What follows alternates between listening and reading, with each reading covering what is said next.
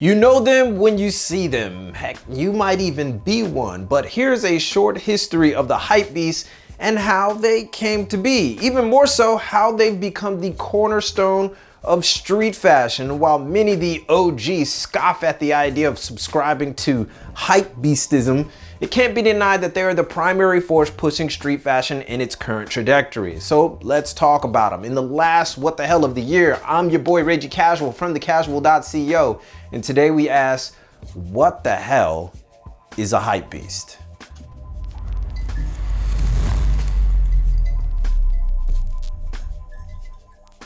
Now, back in the 80s, there was this basketball player, right? You might know his name. His name was Michael Jordan. Yeah, he went on to become like the most celebrated player of all time. Now, what does this have to do with Hypebeasting, you say? Well, turns out he had these shoes that, long story short, became so popular that it created a culture. The sneakerhead culture, or lifestyle, if you will. These sneakerheads collected pretty much every hot sneaker there was, and as a result of the frenzy, Nike became the de facto biggest brand in sportswear, not only on the court, but in urban neighborhoods as well, where hip-hop, the burgeoning culture of the time, was beginning to take root. Note, while certainly this isn't an exhaustive history of the sneakerhead culture, you probably get the point.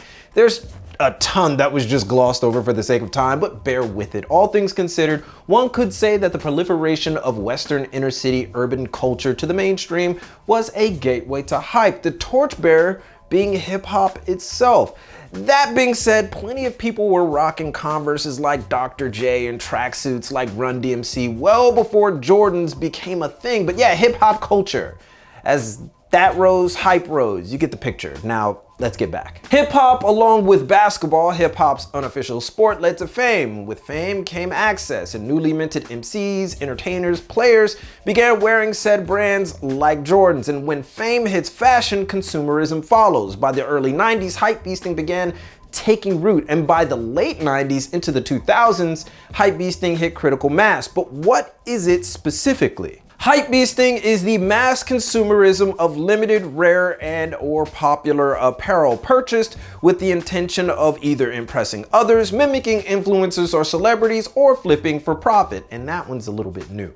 A hypebeast specifically is a collector of sorts that curates these pieces and uses them to enhance their personal profile. Hypebeasting may have started with brands like Nike and its Jordan brand, much to the dismay of the OGs out there, but it has since encompassed clothing and apparel as well, and has particularly been associated with brands like Supreme, Bape, Stussy, Diamond Supply, Staple, and many, many more. While in the past, being called a hypebeast was somewhat of a derogatory term, it has since become a sort of badge of honor, a term of endearment, if you will, for the young, and in some cases slightly older alike, for people who are on the end of what's trending and what's hot in the world of street fashion. What was once a snipe on an individual who only bought popular stuff to look cool, they have since become the driving force for street fashion today. Without hypebeast, street fashion would almost have never reached the heights that we see. Now, some of your favorite artists may have been hypebeasts back in the day, or probably still are. In fact, the most notable rise of a hypebeast of fame is the celebrated Kanye West, who in past albums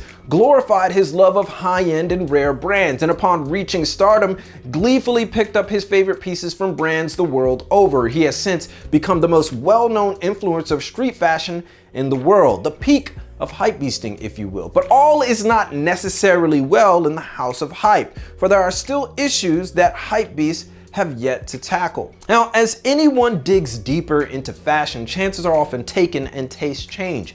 People who truly aspire to create their own style in street fashion are often stifled by the community at large because they consist primarily of hypebeasting, and because hypebeasting has made it nearly impossible to experiment on your own, people don't do it.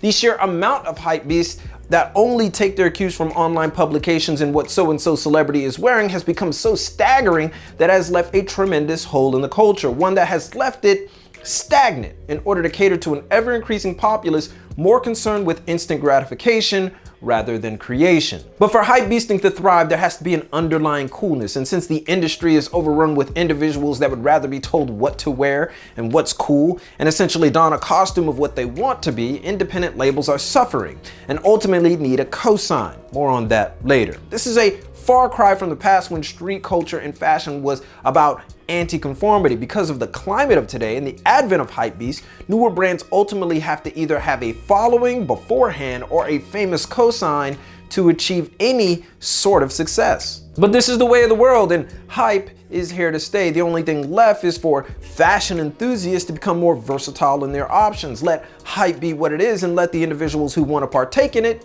do it. And if you want to deviate from the pack, then do so, but do it well, because if you don't, Hypebeasts have no problem letting you know your stuff is whack, at least until a celebrity wears the very thing that you might be rocking right now, and then it's hot because they're wearing it, but it wasn't when you were wearing it. So that's pretty much Hypebeast and rolled up into one. But is Hypebeasting a bad thing? Should it be shunned?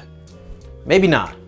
Probably not. Most definitely not. Without them, we wouldn't have what we have today. And in many ways, many ways, that's a good thing. But that discussion can be had in the comments. Be sure to give a thumbs up if you like this video, and be sure to follow on Instagram for the visuals and Twitter for the info. But most importantly, keep it locked right here for all of your info on international street fashion and culture from Tokyo. It's your boy, and keep it casual. Yoroshiku onegai shimasu.